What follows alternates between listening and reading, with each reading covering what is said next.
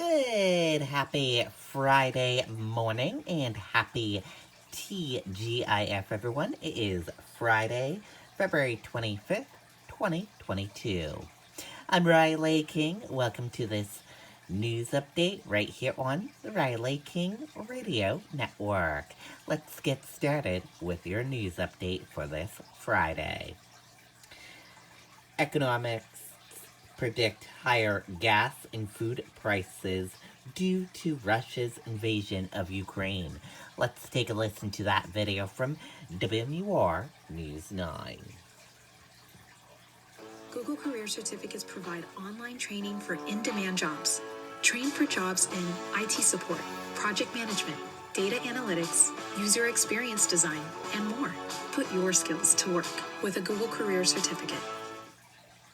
As Russia gets slammed with a new round of sanctions, America remains on high alert, with authorities warning that Russia may launch cyber warfare against the United States. We could see a large uptick in ransomware attacks on critical infrastructure. The Biden administration warning U.S. companies to beef up their cybersecurities. It could cut undersea cables. That would be a huge escalation, but it would undermine the trillions in transactions that take place on a daily basis between the United States and Europe. There are concerns that Russian President Vladimir Putin could use oil as a weapon. The price of crude has already jumped to more than $100 per barrel, its highest since 2014. Here in New Hampshire, the average price per gallon of regular now at $3.50. The worry is that Russia's oil exports could be limited, which would send oil prices skyward. The oil prices will be the most immediate effect because they will filter through to gasoline prices, fuel prices, and that will lead to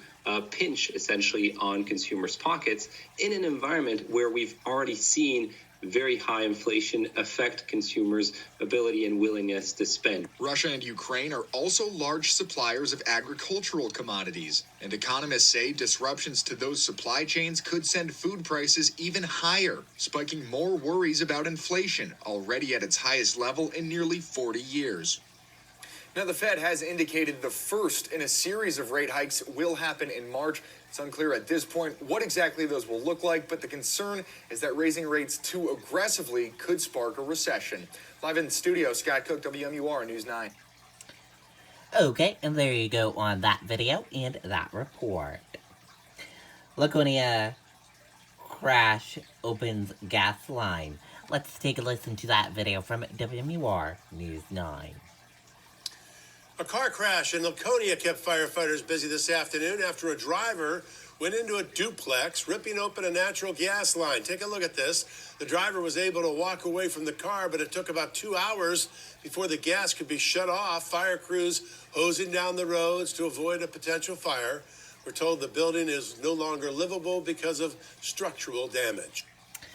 Okay, and there you go on that video and that report. Snow coming down in southern New Hampshire. Let's take a listen to that video from WMUR News 9. We had a very light snow that started around 4 o'clock this morning, but as you can see, it is picking up in intensity. I'm going to step out of the way here and give you a look here at 101, and you can see that already. I realize it's dark and tough to make out, but the road is snow covered. It's obscuring the lines, delineating the lanes here on 101, and we're just west of the junction with 114. You can see the traffic is moving, but we expect these conditions to get worse as we head throughout the morning. Now, bear in mind that it takes some 2 to 3 hours in some cases for the plows to make their route. So if the snow is falling at an inch or more an hour, you can expect to find some very difficult travel conditions. One other thing, we are under the flight path for the Manchester-Boston Regional Airport. I did hear some planes going into the airport, but bear in mind if your plans do call for you to travel by air, you definitely want to check with the airport.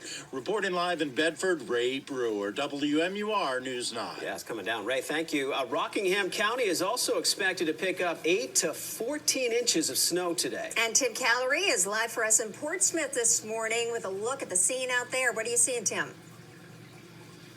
Well, Aaron, just like Ray was saying, the flakes first started falling right around 4:10 this morning here on the seacoast. And within a matter of about 20 minutes, this is what we're dealing with right now. Flakes are falling at a faster rate and starting to now coat the ground here in downtown Portsmouth, but not a heck of a lot of snow at this hour. There is, however, a parking ban here in downtown until 9 a.m. this morning, so residents aren't allowed to park on city streets in the downtown area. The garages here, though, are open for a flat rate. You can pay $5 over on the Hanover Street garage and $3 down at the Foundry garage. But right now, things are likely expected to change as we move on through the day. Today, of course, the seacoast, along with the rest of the state, are expected to see several inches of snow with this storm. Classes here in Portsmouth are canceled, so no school, no remote learning. Kids are just getting a jump start to their February vacation. Reporting live here in Portsmouth, I'm Tim Callery, WMUR News 9. Do you think any of us will look back? Okay, and there you go on that video and that report.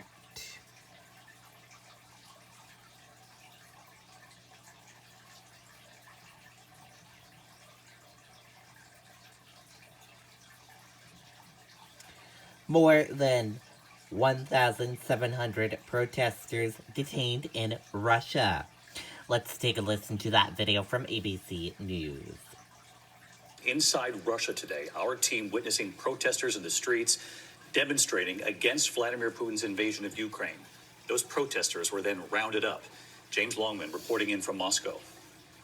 This individual just stood right next to us, David, just watching what was going on, and the police have just taken him off the street. Hundreds of people were on this street earlier here in downtown Moscow to protest the decision by Vladimir Putin to invade Ukraine. They don't feel that this is a man that represents their interests, and they're just taken away, put in these trucks over here. You can see the riot police in blue. There have been over 1,000 arrests across the country, in fact, at protests like these in over 50 cities. A large number of people here in Russia do believe what Vladimir Putin says because they've been watching and listening a lot of the state-controlled media. But for these mostly young people here, it takes a special kind of bravery to protest in Vladimir Putin's Russia, especially on the day that he goes to war. David? What happens when you speak out against Putin? James Longman, our thanks to you. Hi, everyone. George Stefano. Okay, and there you go on that video and that report. And that does it for this news update right here on the Riley King Radio Network. Thank you for tuning in and listening. Have a great day, everyone. Goodbye.